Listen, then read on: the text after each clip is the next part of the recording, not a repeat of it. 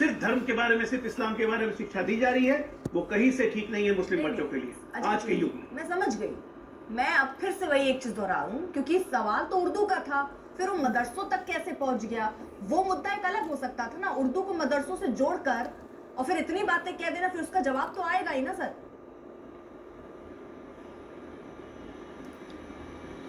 उर्दू को सवाल ही, सबसे बड़ी बात है कि सवाल ही मौजूद सवाल में गलत था। ये उर्दू जानबूझ के बीच में घुसाया गया। ये उन्होंने उर्दू घुसाया तो यहाँ पे मौलवी घुसाया गया। आप मुझे बताइए, जो व्यक्ति हर राजनीतिक दल अपने हिसाब से राजनीति कर रही है कुल मिला के। बिल्कुल तुष्टीकरण की खुली राजनीति हो रही है उर्दू के नाम पे। आप भी कर रहे हैं?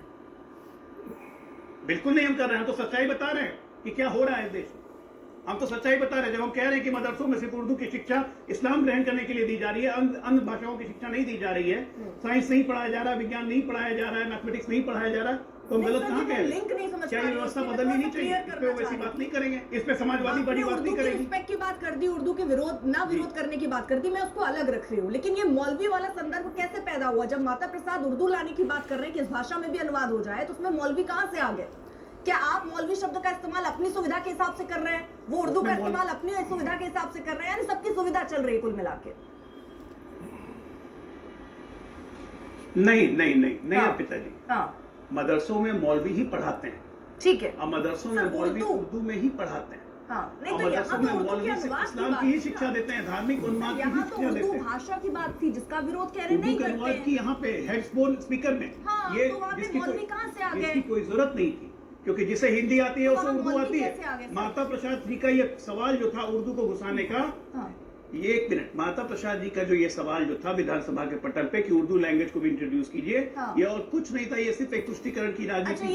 ऐसी राजनीति के तहत ये लोग मौलवियों को भी प्रमोट करते हैं कि अन्य भाषा का ज्ञान मत दो, विषय का ज्ञान मत दो, अन्य विषय का ज्ञान मत दो, उर्दू में सिर्फ इस्लाम की पढ़ाई करवाइए, सिर्फ इस्लाम पढ़ाइए, फारसी पढ़ाइए और कुछ मत पढ़ाइए। तो ये गलत है। इसीलिए तो उन्होंने कहा कि कटमुल्लापन बनाने की आप बना के रखते हैं। अपने बच्चों को अच्छे एजुकेशन में भेजिएगा, अंग्रेजी स्कूल में भेजिएगा, और बाकी मुसलमानों के बच्चों को फोर्स कीजिएगा कि वो उर्दू में, फारसी में सिर्फ इस्लाम की शिक्षा ग्रहण करें। माता प्रसाद पांडे ने ये तो नहीं कहा जो अपने प्रदेश को आगे ले जाना चाह रहा है, 18% आबादी को छोड़ेगा कैसे? सुनिए ना, या मौलवियों की पैरवी तो की नहीं थी, उन्होंने उर्दू में भी अनुवाद की बात कही थी।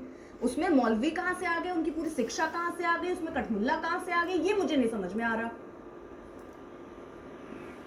ये तुष्टीकरण कहाँ से आ गया, इसमें कैसे आ गया? भी इसलिए आ गए, शिक्षा भी इसलिए आ गई, कटमुल्ला भी इसलिए क्योंकि उनकी जो मंशा थी। अच्छा, मंशा भाग गया। उर्दू क्यों नहीं इसमें जोड़ा गया? अच्छा, मंशा भाग गया। मंशा यही थी, उनकी मंशा यही थी कि इसमें तुष्टीकरण का एंगल लाया जाए। बिल्कुल, क्यों नहीं भापेंगे? इनको देख नहीं रहे क्या पिछले 10 साल से या 70 साल से? इनकी मंशा क्या रहती है? 2009 में झारखंड में, तेलंगाना में ऑर्डर निकाल दिया कि रमजान के दिन छुट्टी कर दो। देख नहीं रहे क्या?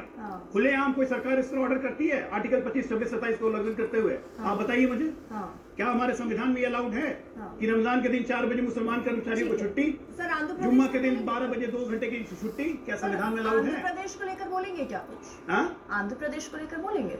वहाँ भी तो ऐसे ही फैसला किया। बिल्कुल, आंध्र प्रदेश ने भी किया तो गलत किया है। अच्छा, क्यों नहीं? बिल्कुल गलत है।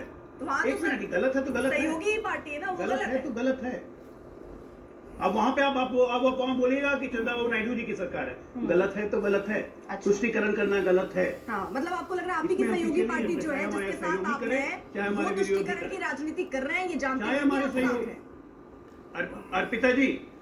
अर्पिता जी चाहे सहयोगी करें चाहे विरोधी करें, सहयोगियों को हम समझा लेते हैं और वो समझ जाते हैं। तो अभी तक समझे? हमारे सहयोगी समझ गए, ऐसा नहीं। कैसे समझे सर? समझ चुके। कैसे समझ चुके? देखिएगा, रमजान खत्म होने के बाद समझेंगे। आज तो रविवार है ना, कल देख लीजिएगा। अच्छा, कल कुछ होने वाला है? खत्म होने के बाद नहीं समझेंगे। अब पहले ही समझा दिया। लेकिन बाकियों को हम तो समझा लेंगे, हम तो समझा लेंगे अर्पिता जी। बाकियों को कौन समझाएगा? तेलंगाना को आप समझाएंगी, झारखंड को आप समझाएंगी, कौन? सर पहले इधर समझा लीजिए, फिर उधर से समझाना है, उसके सवाल पूछ लूंगी मैं।